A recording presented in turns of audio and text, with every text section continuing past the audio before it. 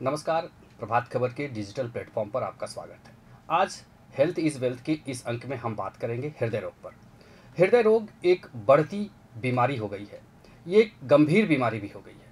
हम आपको बता दें कि डब्ल्यूएचओ ने भी भारत सरकार को आगाह किया है कि हृदय रोग को नियंत्रित किया जाए और नॉन कम्युनिकेबल डिजीज़ पर विशेष ध्यान दिया जाए। हम इसलिए भी आगाह कर रहे हैं कि इसमें युवाओं की संख्या तेज़ी से बढ़ रही है। हमारे साथ इस विभिन्न बिंदुओं पर बातचीत करने के लिए रिम्स के associate professor doctor Prashant Kumar मौजूद हैं। सर, आपका इस स्टूडियो में बहुत बहुत स्वागत है आपका। सबसे पहले ये जानना चाहेंगे कि हृदय रोगियों की संख्या इतनी तेज़ी से क्यों बढ़ती जा रही है सर? सबसे पहले तो मैं आपका और आपके चैनल का धन्यवाद देना चाहता हूं, क्योंकि आपके चैनल के माध्यम से ही मैं हृदय से जुड़ी जानकारियों को आम लोगों तक पहुंचा सक रहा हूं। अब आपके सवाल पर आते हैं कि हृदय रोगियों की संख्या क्यों बढ़ी है। अगर पिछले कुछ वर्षों की बात करें तो ये देखा गया है कि हृदय रोगियों की संख्या में काफ़ी बढ़ोतरी हुई है। इसके प्रमुख कारणों पर बात करें तो सबसे इम्पॉर्टेंट है खराब खान पान, मोटापा, धूम्रपान और व्यायाम की कमी। इन चीज़ों से ब्लड वेसल के एंडोथेलियम में फैटी प्लाक या कोलेस्ट्रॉल रिलेटेड प्लाक जमा होता है और जमा होने की वजह से उसका जो ल्यूमेन है या उसका डायमीटर है वो कम हो जाती है, और जिसकी वजह से ब्लड जो हार्ट में जो ब्लड वेसल है वो मांसपेशियों में खून कम हो जाता है, और जिसकी वजह से हार्ट अटैक आने की संभावना या हृदय रोगियों की संभावना ज़्यादा बढ़ जाती है। सर, एक अहम सवाल यह है कि कोरोना के बाद देखा जाए तो हार्ट अटैक की संख्या अचानक तेज़ी से बढ़ी है। ये वजह क्या है कि कोरोना के बाद अचानक लोग हृदय रोगी हो गए हैं? कोरोना के बाद हृदय रोगियों की संख्या में लगभग 40% की बढ़ोतरी हुई है। स्टडीज़ में ये देखा गया है कि कोरोना वायरस के चलते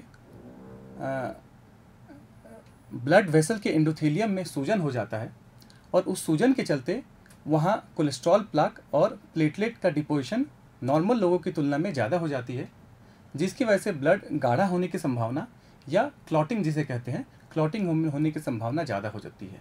जी।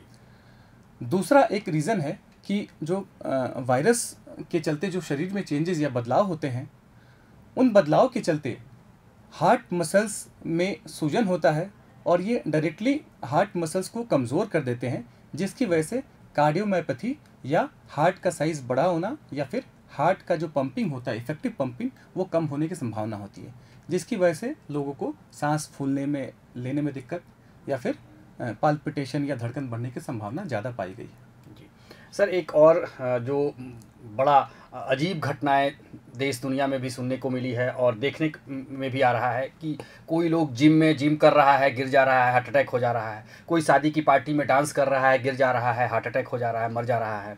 कोई लोग सड़क पर चल रहे हैं, अचानक हार्ट अटैक हुआ और मर जा। ये वजह क्या है कि अचानक कल वो स्वस्थ था और आज वो हार्ट अटैक हो गया और उसकी देहांत हो जाती है? हृदय रोग के कारणों की अगर बात करें तो इसमें एक प्रमुख कारण कंजेनाइटल हार्ट डिजीज़ या फिर जेनेटिक हार्ट डिजीज़ या फिर कार्डियोमायोपैथीज़ होते हैं। कार्डियोमायोपैथीज़ में कुछ कार्डियोमायोपैथीज़ मतलब हार्ट के मसल्स में कुछ ऐसी गड़बड़ी जिसके कारण हार्ट के मसल का थिकनेस बढ़ जाता है, और उसमें अगर आप हेवी एक्सरसाइज करें, एक्सेसिव जिम में वर्क कर ले या डांस करने से भी वर्कलोड हार्ट पे बढ़ जाता है, तो उन कारणों से हार्ट के मसल्स में अरिथमिया जनरेट होता है। कुछ ऐसे अरिथमियाज हैं जो 1-2 मिनट तक अगर सस्टेन कर जाए तो वो जान लेने के लिए काफ़ी होता है। तो चूँकि यंग मेल हैं या यंग पॉपुलेशन है, उनको पहले से इसकी जानकारी होती नहीं है, और वो नॉर्मल की तुलना में जितना शरीर सह सके उसकी तुलना में ज़्यादा परिश्रम कर लेते हैं, चाहे वो डांस हो चाहे जिम हो। और अगर पहले से उनको ये बीमारी हो और वो परिश्रम कर लिए ज़्यादा, तो फिर उनको अरिथमिया होने की संभावना है, जिसके चलते वो सडनली कार्डियक स्ट्रोक या फिर कार्डियक अरेस्ट होने की संभावना होती है उन लोगों को। सर, एक और बड़ी बात यह है कि हार्ट की समस्या जो है लगातार बढ़ती जा रही है, लेकिन ये क्या वजह है? कौन कौन सी ऐसी बीमारियां हैं जो हृदय रोग की ओर हमें लेके चला जाता है? हार्ट की बीमारी किसी एक कारण से तो होता नहीं है। इसके रिस्क फैक्टर्स होते हैं। इसके मल्टीपल रिस्क फैक्टर्स हैं। कुछ रिस्क फैक्टर्स मॉडिफाइबल हैं और कुछ नॉन मॉडिफाइबल हैं।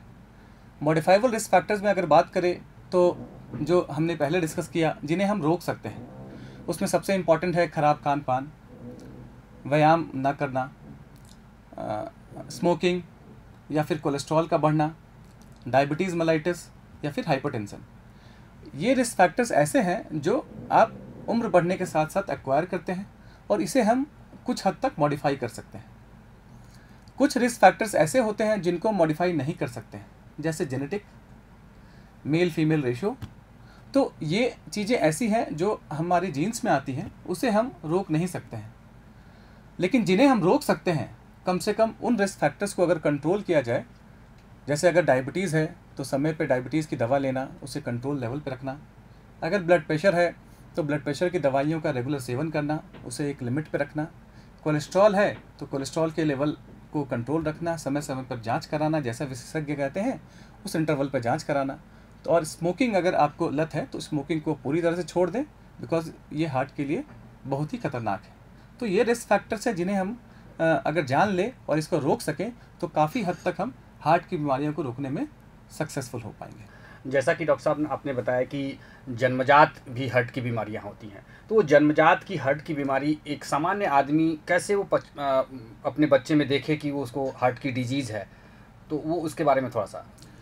जन्मजात हार्ट की बीमारियों में एक दो हार्ट की बीमारियां सबसे कॉमन हैं, जैसे जन्मजात दिल में छेद होना या जन्म से ही किसी वाल्व का सिकुड़न होना।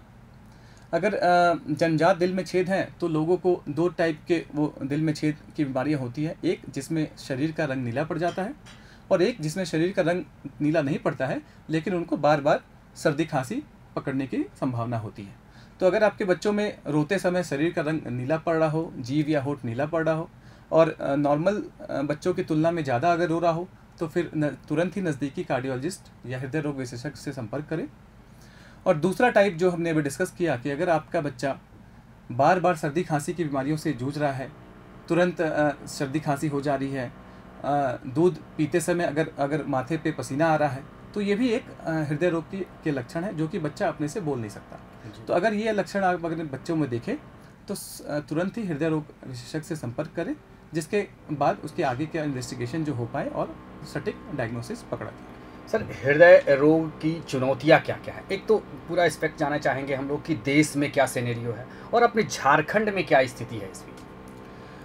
अगर हृदय रोग की चुनौतियों के बारे में बात करें तो आज से 20 साल, 25 साल, 30 साल पहले तक काफ़ी लोग घर पे ही रहते थे, बीमारियों का पता भी नहीं चलता था। जैसे वो घर पे सोए हैं, सोते सोते अचानक से जान चला गया, या कहीं जा रहे हैं जान चली गई। लेकिन लास्ट 2 दशकों से अगर बात करें तो जागरूकता बढ़ी है लोगों में और लोग अपने स्वास्थ्य के प्रति जागरूक हुए हैं। लोग आजकल 40 प्लस एज वाले रेगुलर इन्वेस्टिगेशंस भी कराते हैं और समय पर कुछ लोगों का डायग्नोसिस हो जाता है, जिसके कारण काफ़ी हद तक उसकी कमी आई है।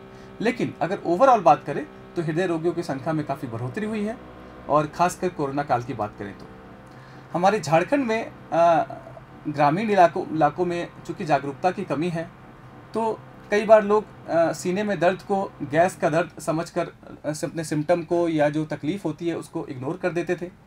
खासकर महिलाओं में अगर उन्हें कोई तकलीफ़ सीने में दर्द हो रहा है या घुटन सी महसूस हो रही है तो वो कुछ और समझ के गैस की दवा लेके या लोकल कोई मेडिसिन शॉप से मेडिसिन लेके अपने तकलीफ़ में को सप्रेस करके रखते हैं और वो अस्पताल तब पहुंचते थे जब उनकी बीमारी एक एडवांस स्टेज में पहुंच गई हो।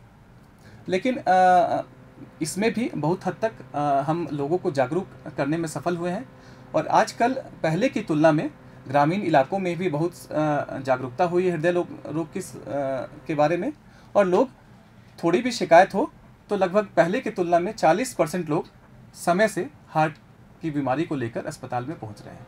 सर, एक जहाँ तक हम लोग लगातार बात कर रहे हैं हार्ट के बारे में, हार्ट की समस्या, हार्ट के निदान के बारे में, तो ये जानना भी चाहेंगे हम लोग कि हार्ट की जो जांच क्या है, प्रमुख जांच जिससे कि आप स्क्रीनिंग कर पाएँ कि हार्ट का इस स्थिति क्या है और उसका प्रोसीजर क्या है अगर कुछ निकलता है तो। सर, सबसे पहले तो लक्षण है जी।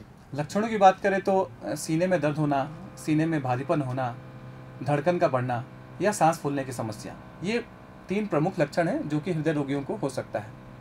अगर आपको इन तीनों में से कोई भी लक्षण हो तो नज़दीकी हृदय रोग विशेषज्ञ से संपर्क करनी चाहिए। अगर हम जांच की बात करें तो सबसे पहला और बेसिक इन्वेस्टिगेशन है ईसीजी।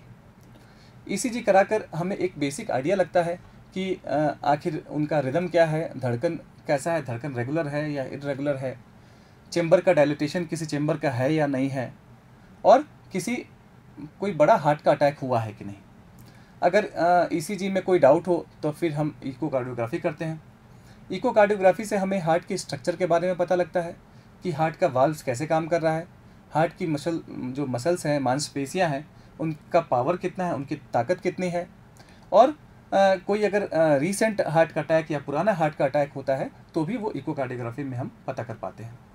अगर मान लीजिए कि किसी पेशेंट को या किसी रोगी को सीने में दर्द हो रहा है और ईसीजी इको नॉर्मल आए तो फिर हम लोग ट्रोपोनिन टी टेस्ट करते हैं, जो कि 6 घंटे से पॉजिटिव होना शुरू होता है और लगभग 10 से 14 दिन तक पॉजिटिव रहता है।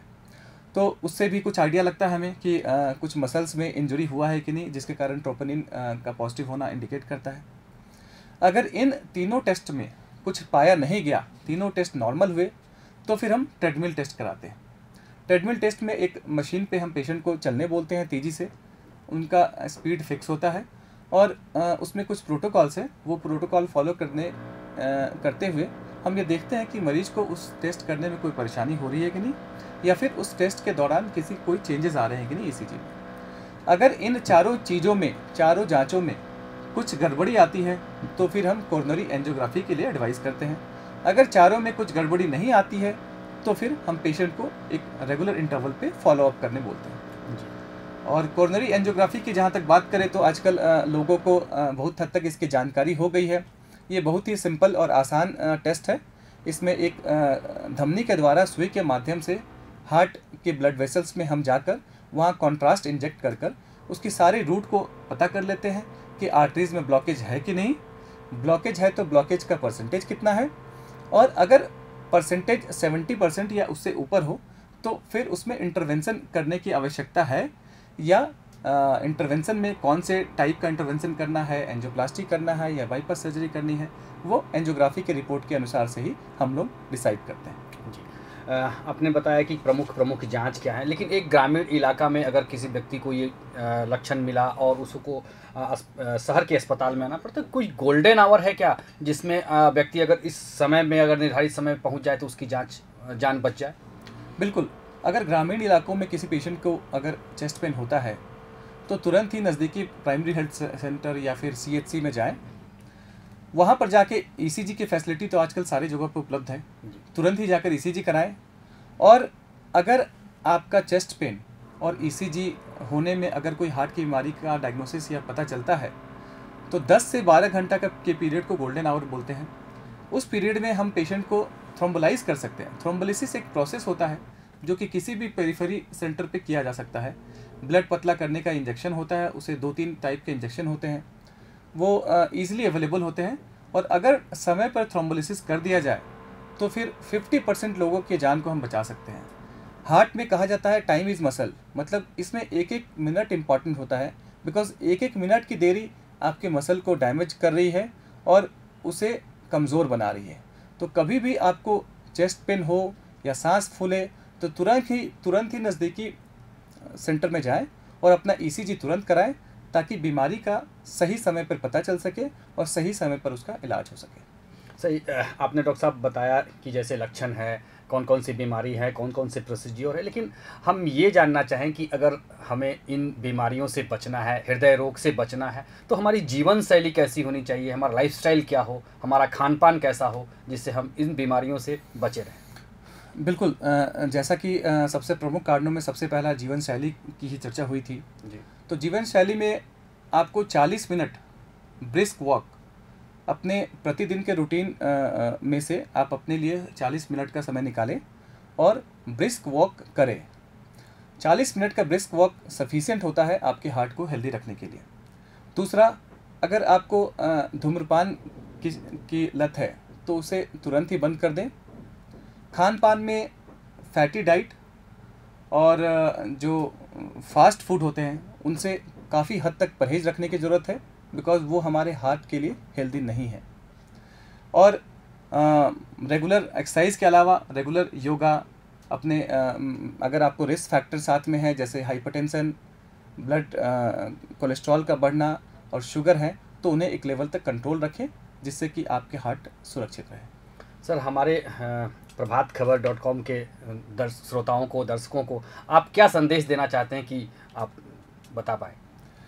आपकी प्रभात खबर के दर्शकों को मैं आपके चैनल के माध्यम से ये संदेश देना चाहता हूँ कि अपने प्रतिदिन के रूटीन में से अपने शरीर के लिए कम से कम 30 से 40 मिनट का समय निकालें, रेगुलर एक्सरसाइज या वॉक करें।